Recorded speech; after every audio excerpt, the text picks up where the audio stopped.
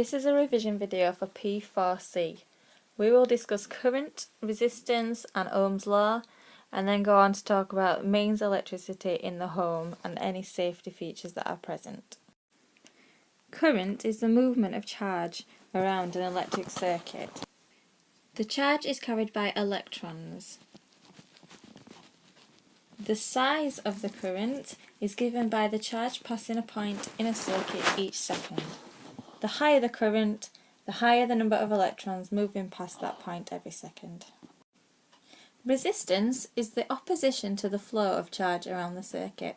Therefore, a resistor can be used to change the current in a circuit. Longer wires give us a higher resistance because the path the electrons have got to flow around becomes greater, and therefore there is a greater opposition to their flow. A thinner wire also gives higher resistance. This is because the electrons have got to flow in a thinner path. The narrower the path that the electrons are flowing through, then the higher the resistance, or the greater the opposition to the flow of charge. If you connect a variable resistor into your circuit, then you can change the resistance, and therefore the current that's flowing in that circuit. This is a rheostat. It's a kind of variable resistor, and it's made from a very long, thin wire that's coiled around the core. The current comes in here, flows around the coil of wire, and then back out of the arm. If you slide the arm down towards this end, then you are reducing the length of the wire as you make the coil shorter. Now we saw before that a shorter wire has got a lower resistance than a longer one because the path the electrons have got to flow down is shorter. If I move the arm this way, then I am making the coil a lot longer. This means that the electrons have got to flow through a longer piece of wire, and a longer piece of wire means more resistance. So if I want the maximum amount of resistance from this rheostat, I need to slide the arm all the way to the end point. If I want the lowest amount of resistance from this rheostat, I need to slide my arm all the way to the shortest point. Variable resistors are very useful. They can be used in dimmer switches and also in volume controls, so they can alter the amount of current in that circuit. We're now going to talk about Ohm's law. Ohm's law relates the voltage, the current and the resistance in a circuit. It's given by this equation here. V equals I times R.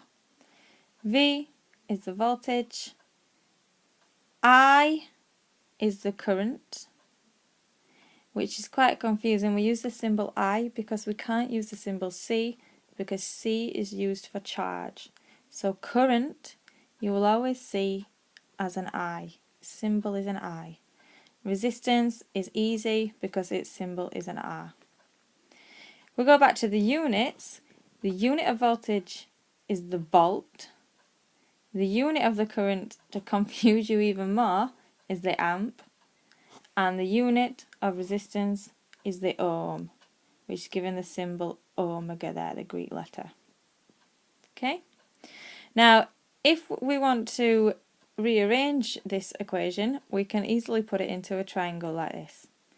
If I want to work out the voltage, then I'll cover voltage up, and I have to do current times the resistance. If I get rid of that, and then I decide that I want to work out the current, then I'll cover the current up, and I have to do the voltage divided by the resistance.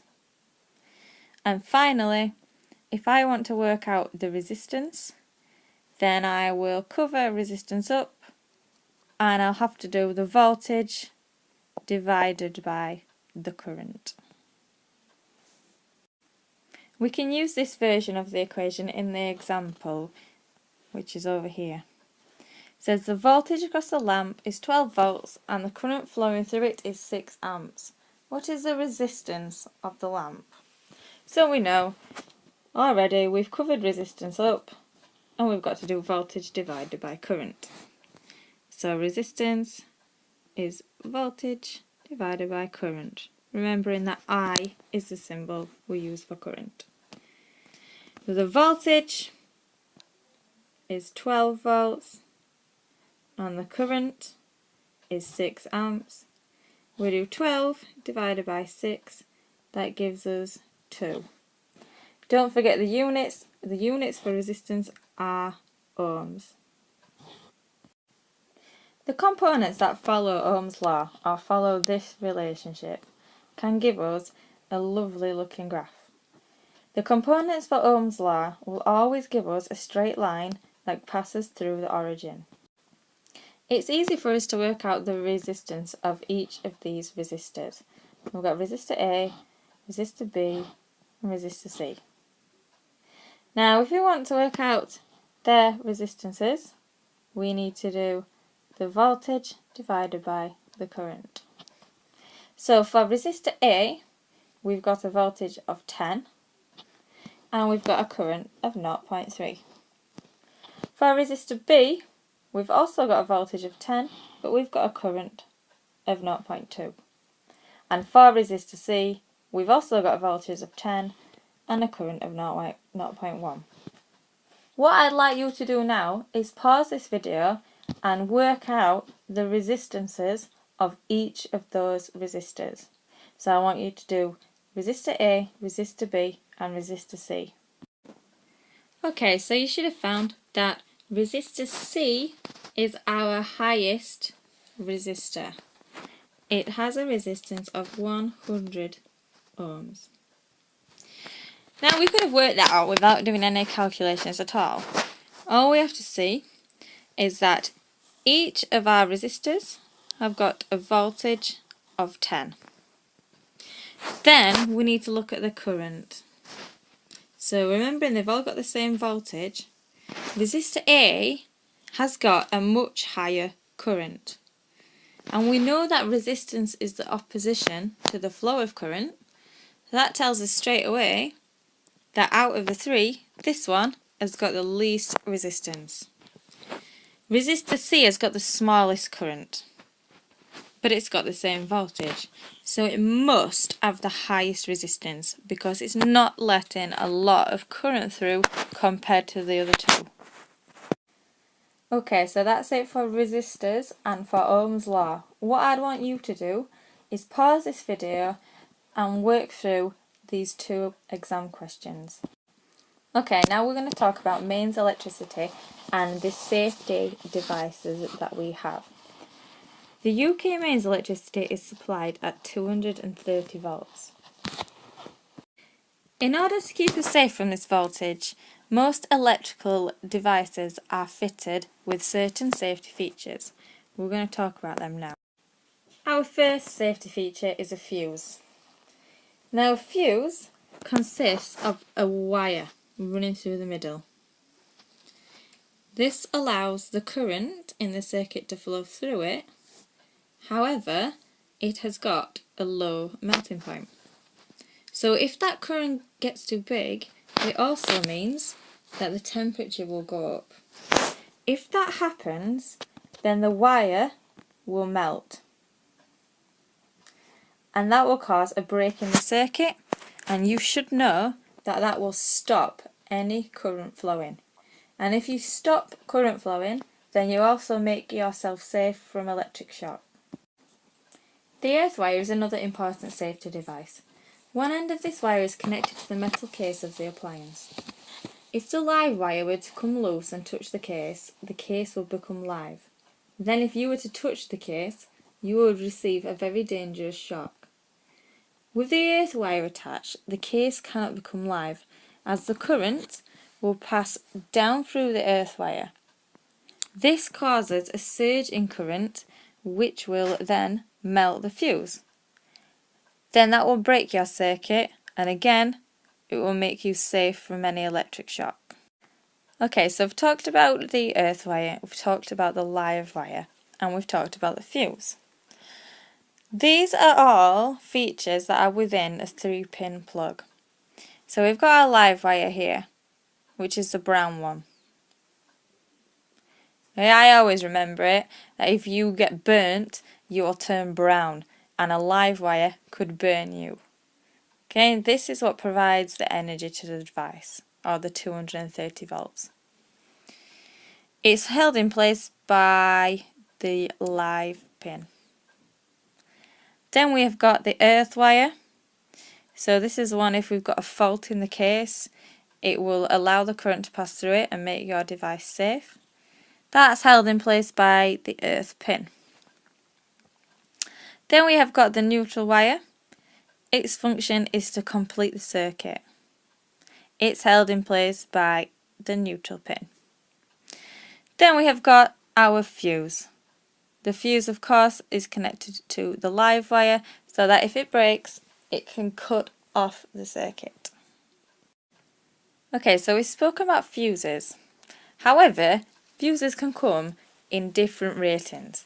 You can have a 3 amp, a 5 amp, a 13 amp and a 25 amp fuse. Now, what you need to do to enable you to work out which fuse you need to use is you need to know the current of your appliance. You then pick the fuse which is rated a little bit higher than the current needed. If you pick a fuse that is lower than the current needed, then the fuse will break before your device can work. If you pick a fuse which is a little bit higher, then your device will still work, but if there is a surge of current, then the fuse will break and then make it safe. Okay, so in the table, we've got a number of operating currents for different devices.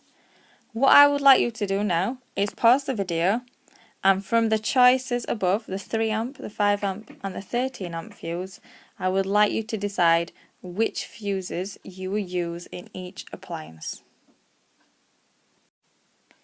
Now that bit was easier because I gave you the current in the table. Now you don't always know the current flowing through the device.